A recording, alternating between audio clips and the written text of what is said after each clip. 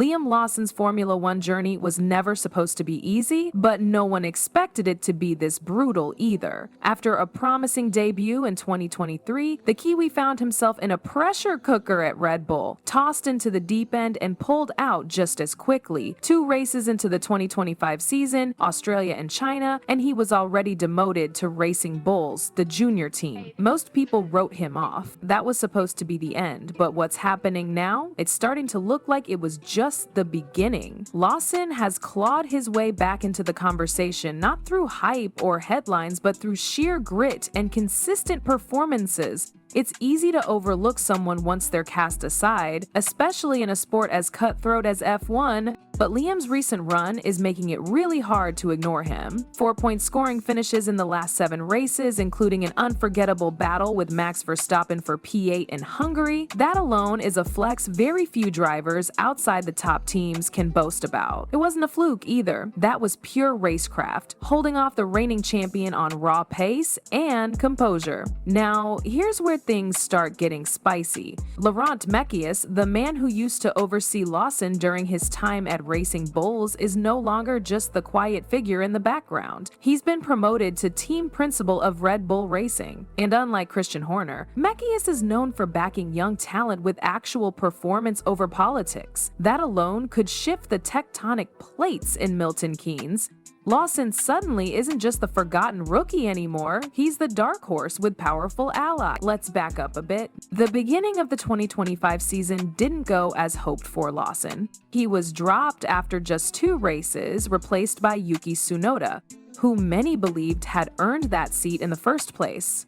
It wasn't an outrageous decision. Tsunoda had been grinding for years, and Lawson, despite his DTM and Super Formula experience, was still a wild card. But the problem wasn't the decision itself. It was the haste. 2 races? That's barely enough time to adjust to the car, let alone show development or impact. And Red Bull's ruthless approach made it clear, results or goodbye. So Lawson found himself paired with Isack Hadjar at Racing Bulls, a rookie who was making waves early on. Everyone thought Hadjar was the next big thing, and to be fair, he started strong. But after the first half of the season, momentum shifted. Lawson outscored him in multiple races, looked sharper, and drove smarter. The real turning point? Monaco. A brilliant team strategy put both Racing Bulls cars in the points, and Lawson never looked back after that. He followed up with solid runs in Barcelona, Austria, Silverstone, and Hungary. Meanwhile, Hadjar's form dipped. Just 1 points finish since Barcelona?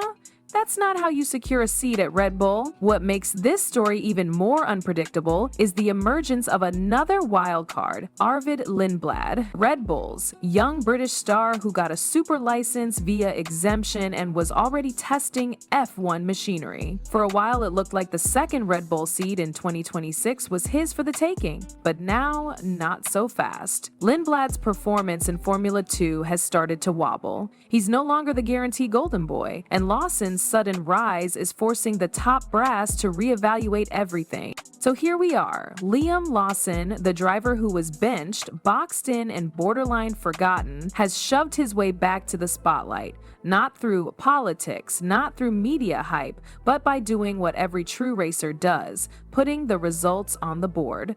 The dynamics at Red Bull have always been intense, but with Laurent Mekies stepping into Christian Horner's role, things have gotten a lot more unpredictable.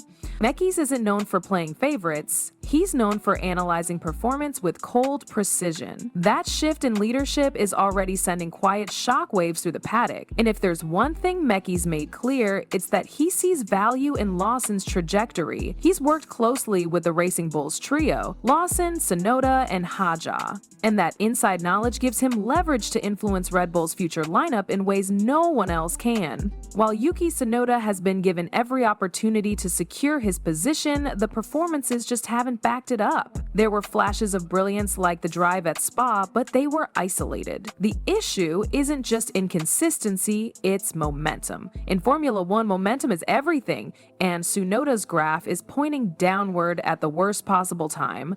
Red Bull is no longer in a position to carry drivers based on potential alone. They need results, and Tsunoda knows it. That's why every race weekend now feels like a personal trial for him. Pressure's building, and unless he delivers a redemption arc of his own soon, the writing may be on the wall. Isack Hadjar, for all the early season hype, is now being pulled back to earth. The French rookie had a lot of people convinced he was going to dominate the midfield this year, but after a promising start, his performance has hit a wall. His last point-scoring race was weeks ago, and Lawson has almost erased the gap between them in the standings. When a more experienced driver like Liam, who was demoted, doubted, and put in survival mode, starts outperforming the rookie everyone was hyping up, people at the top take notice, Mekies included. But this is Red Bull we're talking about. They don't just look at lap times or points. They analyze career arcs, pressure handling, adaptability, and marketability. Lawson's advantage? He's done more with less. He jumped from DTM to Super Formula, adapted to completely different racing cultures, and brought value to every team he's been part of. That diversity and experience speaks louder than people realize. He's not just quick. He's resilient, moldable, and most importantly, hungry. Red Bull loves hungry drivers, the kind who thrive when cornered. And right now, no one fits that mold better than Liam. Arvid Lindblad still looms large, of course. He's young, fast, and backed by the system. But Red Bull's brass aren't rushing anymore. Lindblad's recent results in F2 have dipped, and even though that might not mean much long term, it does buy Lawson time. If Arvid needs another season in F2 to polish his consistency, Red Bull might just hold that second seat open for someone who's already race ready. Lawson is making a very loud case that he's that someone. Even Red Bull's development problems are playing into this. Mekies recently admitted that the Arvid 21's issues aren't easily fixable using feedback from the Racing Bull's car. That complicates things.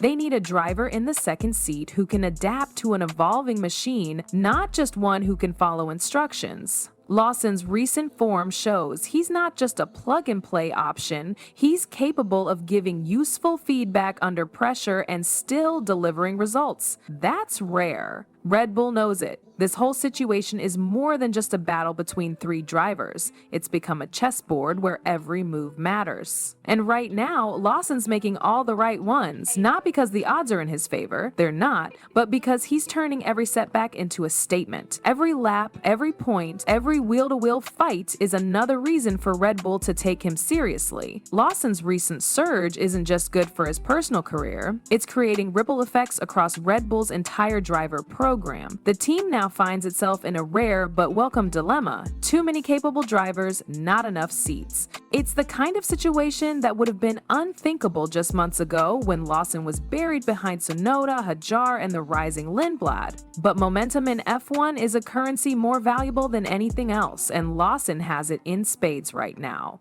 His ability to adapt under pressure is one thing, but what's standing out most is his consistency.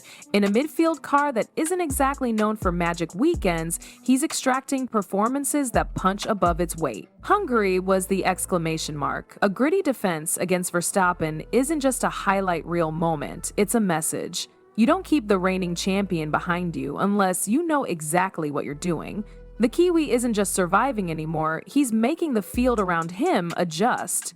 At the same time, Lindblad's F2 performances have started to plateau. Not terrible, but not standout either. And for a driver who is supposed to be a guaranteed promotion, that hesitation is enough to open the door just a little wider for Lawson. There's even talk now that Arvid might benefit from one more season in F2. It's not a demotion, it's strategy. Red Bull has learned from past mistakes. They've seen what happens when you throw a young driver into the fire before they're fully ready. And Mekies, now in charge, seems far more focused on long-term readiness than headline-grabbing debuts. Yuki Tsunoda, though still respected inside the garage, is running out of time to turn things around. His current seat isn't locked in by talent alone anymore, he needs a string of big weekends to shake the doubts. But with each solid drive from Lawson, that task becomes harder, because even if Yuki does improve, Red Bull now has another option who's already performing and with less baggage. There's no emotional weight or history to manage with Lawson, it's just clean, performance-based evaluation.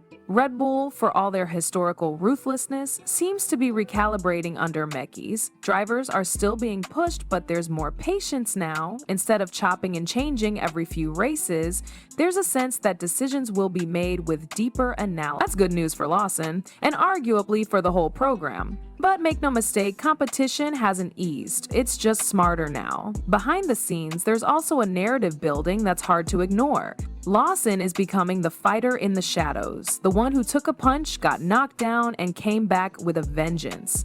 Fans are noticing, so are sponsors, so are the engineers. It's kind of story that teams love to tell when introducing a new driver to the spotlight, and with Red Bull's recent performance dip compared to their dominant 2023 form, a shakeup with a feel-good underdog might be just the spark they need. None of this guarantees a seat. This is Formula One. One bad race can flip the script instantly, but right now, Lawson's doing everything right. He's scoring, he's climbing, and he's controlling the conversation without even trying. In a driver pool packed with hype and potential, he's bringing something rare, proof. The next few races will be brutal, not just for Lawson, but for everyone eyeing that second Red Bull seat. But if the past 10 weekends have shown anything, it's this. When Liam Lawson's back is against the wall, he doesn't break. He fights, and that, more than anything, might be what Red Bull needs most.